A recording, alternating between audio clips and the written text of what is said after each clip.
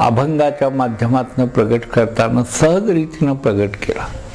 अभंग का होतो तर ज्याच्या वृत्तीमध्ये ते तेजतत्व ब्रह्मतत्व न भंगता राहतं आणि ते राहिल्यामुळं उत्स्फूर्त अशा पद्धतीनं त्याची स्तुती जेव्हा बाहेर पडते तेव्हा अभंगाचा जन्म होतो.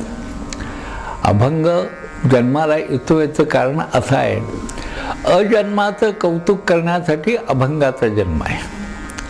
ओवी का तर देहभाव आणि आत्मभाव हे दोन्ही जोडण्याचं काम करते ती ओवी असं म्हणतात. ओवी आणि अभंग यांचं वैशिष्ट्य असं आहे. तुकाराम महाराजांनी लीलया सांगून टाकलं. आता पहा, म्हणजे एका भक्ताची कथा आपणाला सांगताना आनंद होतो, त्याचप्रमाणे हे अत्यंत अहंकारी जे ब्राह्मण आहेत त्यांची कथा आपण ऐकत आहातच. किती परस्पर विरोधाभास आहे बघा.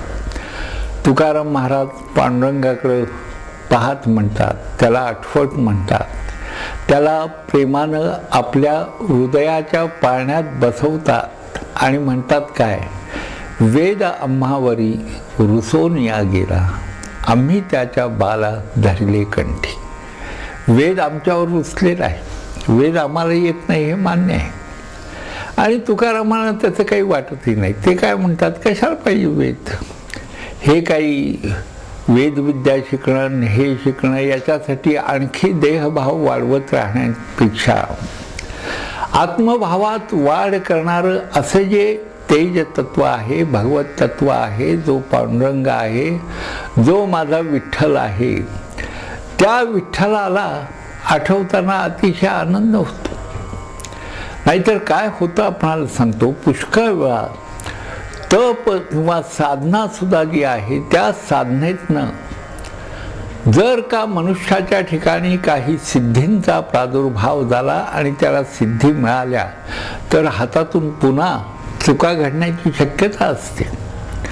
असं झालेलं आहे. दुर्वास ऋषी जो होता तो अत्यंत कोपिष्ट होता आणि प्रत्येकाला शाप देणं, दुर्वासाची भीतीच वाटायची सगळ्यांना.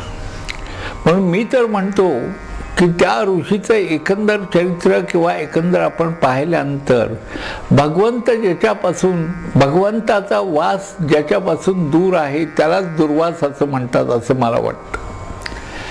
तर त्या दृष्टीनं जर पाहिलं तर आपणाला असं आढळून येईल की हा मोळी विक्या जो होता हा साधा माणूस होता, तुमच्या आमच्यासारखा होता. कशाला पाहिजे पाठांतर, वेद, आणखी काही. आपलं रोजचं कर्म करायचं, मोळ्या विकायच्या, लाकडं विकायची, आपल्या कुटुंबासाठी 2 पैसे मिळवता आले तर बघायचे, भगवंताने दिले घ्यायचे आणि तसा संसार चालेल तसा चालेल अशा वृत्तीनं तो राहत असे. पण त्याच्यासुद्धा उद्धाराची वेळ आलेली होती. त्याच्या उद्धाराची वेळ आलेली होती याचं कारण असं आहे की सद्गुरूंचा कृपा कटाक्ष त्याच्यावर पडलेला आहे. आणि सद्गुरूंचा कृपा कटाक्ष काय करतो याचा प्रत्यय आपल्याला या ठिकाणी आल्याशिवाय राहत नाही. त्यांनी त्याला सांगितलं की 7 रेषा ओलांडून ये. प्रत्येक जन्म, गतजन्म त्याला आठवत गेला आणि 7वी रेषा ओलांडल्यावर तो म्हटला, मी ब्रह्मकर्म करीत असे, मला ज्ञान आहे, वेदाचा अभ्यास वगैरे झालेला आहे. मग महाराजांनी त्याच्याकडे सुहास्य वदनानं बघितलं. आपण म्हणाल की महाराजांनी सुहास्य वदनाने कशावरनं बघितलं असेल, तर आपणाला सांगतो की सद्गुरू आहेत ते. आणि जो सद्गुरू आहे त्याच्या चेहऱ्यावर प्रत्यक्ष हास्य असावंच लागतं असंही नाही बरं का. परिस्थिती अशी असते की त्याचा चेहराच नव्हे तर त्याचं सर्व शरीर अनेकांना पुलकित करणारं असतं. हास्य कशासाठी आहे तर हास्यानं अंतःकरणाला एक प्रकारचा आनंद होतो. इथं महाराजांनी त्याच्याकडे बघितलं आणि त्याला सांगितलं, अरे म्हणजे जर वेदाचा तुझा अभ्यास आहे तर हे ब्राह्मण चर्चेला आलेले आहेत, त्यांच्याशी चर्चा कर. चर्चा महाराजांना प्रत्यक्ष करता आली असती, पण त्या ब्राह्मणांची जी अवस्था आहे त्या अवस्थेचा जर आपण विचार केला तर अत्यंत उन्नततम अशा प्रकारचं जे तत्व आहे त्या तत्वाला खाली खेचण्याचा त्यांनी जो प्रयत्न केलेला आहे ना, तो प्रयत्न असफल आपोआपच परमात्म शक्तीनं केलेला आहे. आणि म्हणून महाराजांनी स्वतः चर्चा केली नाही, मोळी विक्याला करायला सांगितले. याचं कारणही आध्यात्मिक दृष्ट्या असं आहे की लाकूड विक्या जो आहे तो देहभावातलाच आहे. आपण सगळेच देहभावामध्ये असतो. आणि हे ब्राह्मण दोन जरी वेदावर अधिकार असं मी म्हणत नाही, कारण गुलाबराव महाराज जे ज्ञानेश्वर कन्या म्हणून घेत असत ते गुलाबराव महाराज म्हणायचे की ज्याच्या ठिकाणी जो विचार दृढ झालेला असतो तो त्याचा अधिकारी. तेव्हा अधिकार हा शब्द एका वेगळ्या पद्धतीनं आपण विचारात घ्यायला पाहिजे. या ठिकाणी पहा, त्या मोळी विक्याला सद्गुरूंनी सांगितलं की हे चर्चेस आलेले आहेत, चर्चा कर. चर्चा कर म्हटल्यानंतर त्या ब्राह्मणांच्या हृदयात धस्स झालेला आहे. त्यांना भीती वाटायची की आता खरोखरच जर याच्या ठिकाणी ज्ञानाचा प्रादुर्भाव झाला तर त्या प्रादुर्भावानं आपल्याशी चर्चा याची होईल आणि याच्याकडून आपणाला पराभूत व्हावं लागेल असं त्याला वाटायला. एक गंमत सांगतो आपणाला. आपण ज्या विषयाचा ध्यास घेतलेला असतो त्याविषयी जर तादात्म्य झालो असलो तर तो विषय आपणाला सोडून राहत नाही. याचं एक उदाहरण आहे. गुलाबराव महाराज हे अंध संत होते. आळंदीला गेले आणि आळंदीचा बाहेरचा जो पार आहे त्या पारावर बसलेले होते. ज्ञानेश्वर माऊलीची आत पूजा चाललेली होती. पूजा चालल्यानंतर आपल्या पूजेमध्ये षोडशोपचार अर्पण करतात. दूध, दही, तूप, मध वगैरे वगैरे घालत राहतात.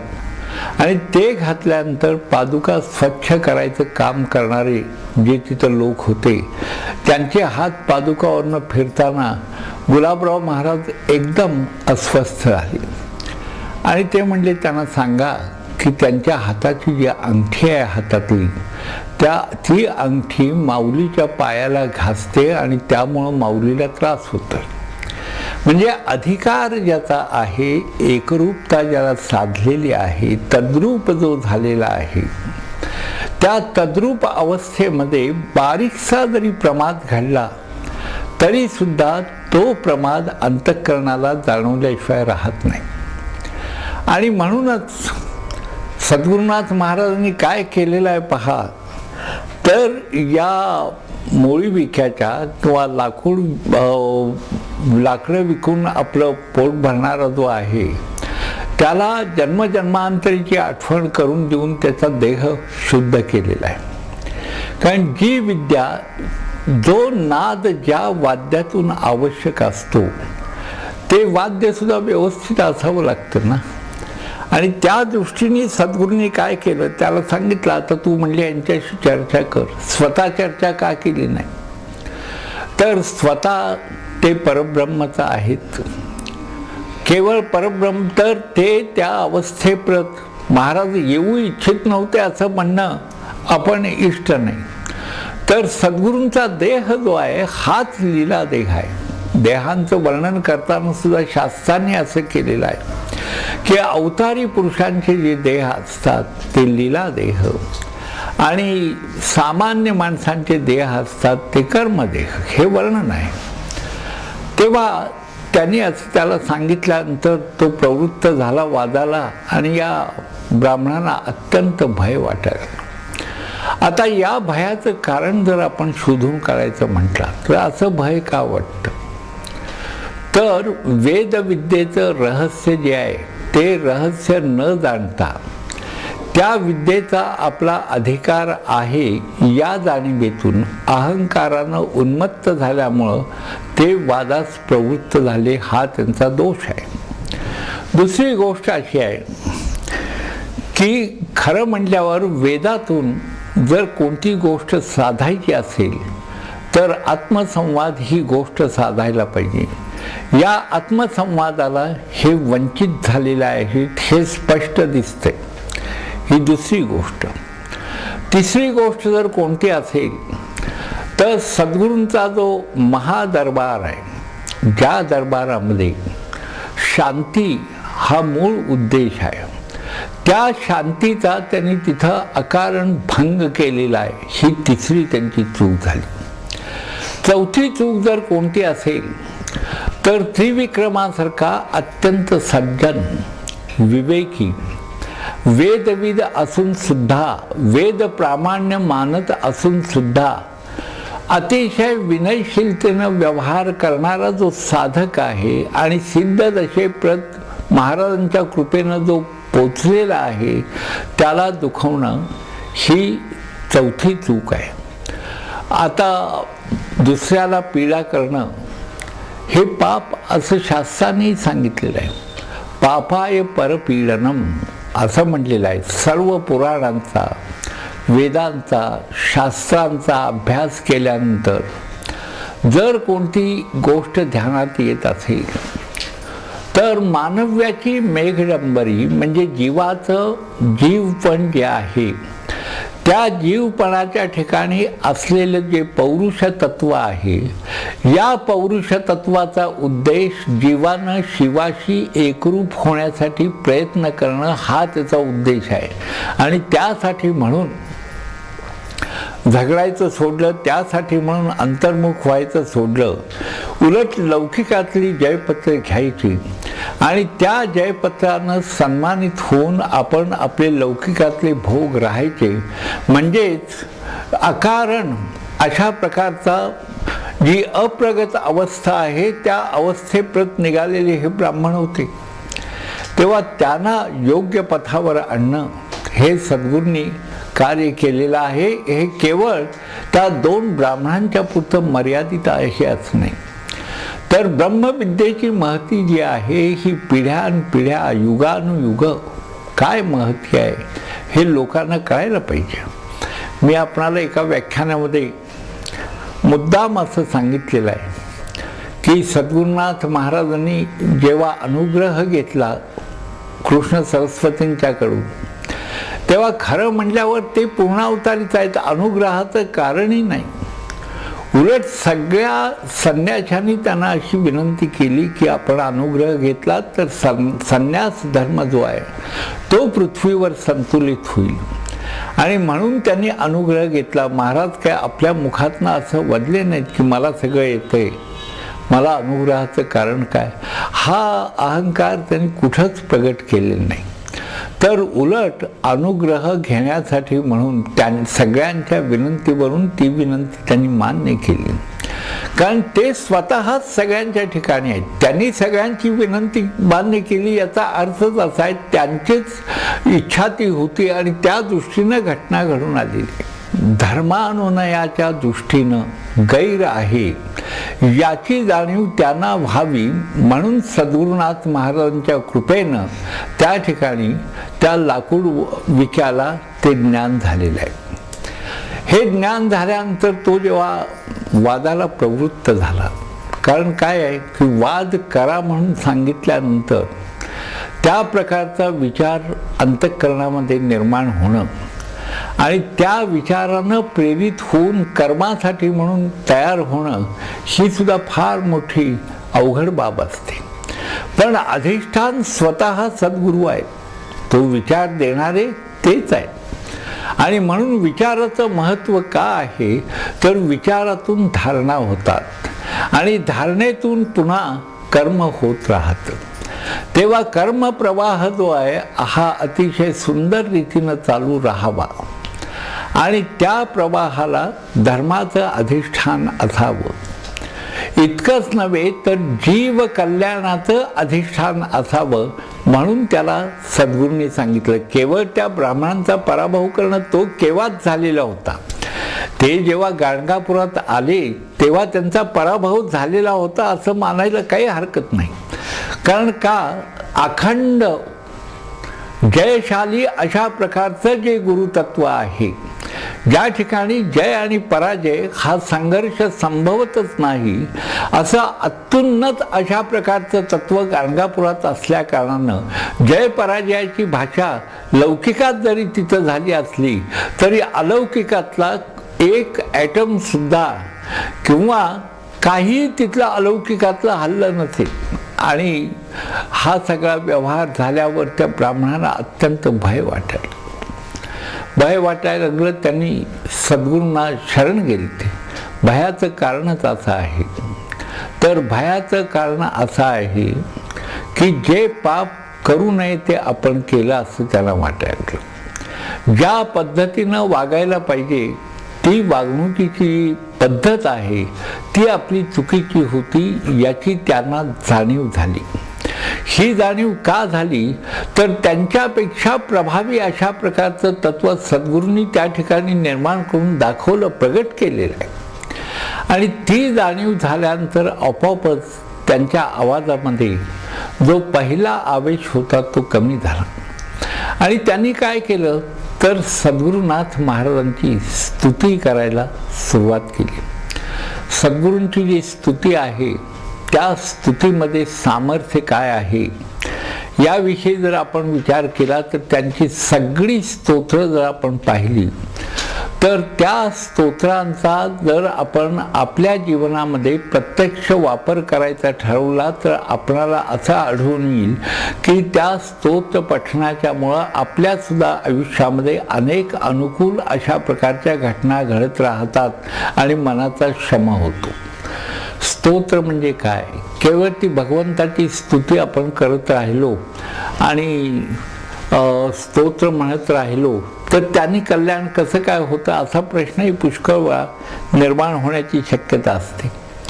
पण स्तोत्रामधून निर्माण होणारा जो भाव आहे हा भाव साधकाची मानसिकता जी आहे ही मानसिकता व्यापक करतो. स्तोत्रातल्या भावामुळं साधक अधिकाधिक सूक्ष्म होत जातो. हा भाव आणखी जसा उन्नत होईल तसा त्याच्या अंतःकरणामध्ये भावाचा विग्रह होतो, संचय होतो आणि साधकाची भक्ती वाढत राहते. भक्तीतून मिळणारी जी शक्ती आहे त्या शक्तीमुळं साधकातला जो सत्वगुण आहे त्या सत्वगुणाला आणखी वाव मिळतो आणि त्याला असं वाटायला लागतं की काहीतरी आपल्या ठिकाणी एक वेगळ्या प्रकारचं वास्तव्य करतंय अंतःकरणामध्ये आणि आपल्यातला जो कमीपणा आहे तो आपोआपच कमी होत चाललेला आहे. साधक भगवत प्रेमी झाल्यामुळं तो प्रेमानंद लुटत राहतो. साधकाच्या अंतःकरणात एक प्रकारचं समाधान वावरत राहिल्यानंतर त्याचा कर्मप्रवाह जो आहे हाही अधिकाधिक शुद्ध होत जातो. कर्मप्रवाह हातातून सत्कर्म घडायला लागल्यानंतर या सत्कर्मातून आणखी काही जीवांना फायदे होत राहतात आणि त्यांचंही कल्याण होतं. अशा अनेक गोष्टी होत राहतात. तेव्हा या दोन्ही पराभूत अशा ब्राह्मणांनी काय केलं, सद्गुरूंची स्तुती करायला सुरुवात केली. अर्थात चूक झाल्यानंतर त्याला माफी करणं हा सद्गुरूंचा अभिजात गुणधर्मच आहे किंवा तो त्यांचा मोठेपणा त्यांच्या ठिकाणी आहेच. तेव्हा ती स्तुती ऐकल्यानंतर सद्गुरूंनी त्यांना सांगितलं की काहीही झालं तरी आपल्या हातून फार मोठा प्रमाद झालेला आहे. फार मोठे दोष तुमच्या हातून झाले. त्यात एक म्हणजे त्रिविक्रमासारख्या यतीला तुम्ही त्रास दिला. अनेक ब्रह्मवृंदाची निंदा केलेली आहे. आपल्या बरोबर काही लोक वाद करू शकले नाहीत म्हणून त्यांच्यावर टीका केली. आपली जिव्हासुद्धा तुम्ही विटाळलेली आहे. तुमचं जे आचरण आहे हे आचरण सदोष झालेलं आहे. म्हणून तुम्ही आता असं करा म्हणजे हा देहच विसर्जित करा. केवढा मोठा हा विचार आहे पहा की कर्म जे घडलेलं आहे त्या कर्माचा क्षय जर व्हायचा असेल तर तो क्षय व्हायचा असेल तर तो देह बाजूलाच केला पाहिजे, पृथ्वीवर असता कामा नाही. आणि म्हणून महाराजांनी त्यांना शाप दिला पण त्या शापामध्ये सुद्धा वर आहे. आपण महाराजांच्या वर विचार करायचं काही कारणच नाही, कारण विचारांच्या पलीकडचंच ते तत्व आहे. त्या शापामध्ये सुद्धा वरदान आहे, आशीर्वाद आहे. शापामध्ये सुद्धा समृद्धी आहे, वृद्धी आहे, शांती आहे, पुष्टी आहे, तुष्टी आहे. शाप हा शब्द जरी वापरलेला असला तरी सुद्धा खऱ्या अर्थानं जर आपण बघितलं, साधकाच्या दृष्टिकोनातनं जर विचार केला तर तो शाप सुद्धा त्या ब्राह्मणांना वरदानच ठरलेलं आहे. ते ब्राह्मण काय करायला लागले, लोळायला लागले सद्गुरूंच्या चरणात. शरीर जे ताठ असतं ना, ते शरीर श्री गुरुचरणी जेव्हा नत होतं आणि जेव्हा लोळायला लागतं, तेव्हा मग त्या शरीरातला अहंकार जो असतो त्या लोळणाला, ते लोळण घेण्याला सुद्धा महत्त्व आहे. आपण साष्टांग नमस्कार का घालतो? थोडा वेळ का होईना देहाला चिकटलेला जो मी आहे तो थोडा बाजूला व्हावा, यासाठी साष्टांग नमस्कार आहे. हे तर लोळायला लागलेले आहेत. अहंकार त्यांचा जो आहे तो तिथंच लय पावलेला आहे आणि त्यांची जगायची इच्छा आहे. पण त्या देहानं जे प्रमाद केलेला आहे, जगण्यास पात्र असे त्यांचे देह नसल्या कारणाने सद्गुरूंनी त्यांना सांगितलं, काही नाही, तुम्ही आता गंगेकाठी जा म्हटले. आणि ते म्हणले, सद्गुरुनाथ महाराज आम्हाला क्षमा करा. क्षमा महाराजांनी केली. महाराज एक क्षमाशीलच आहेत. क्षमा ही मागावी लागत नाही, क्षमा ही आपोआप करतच असतात ते.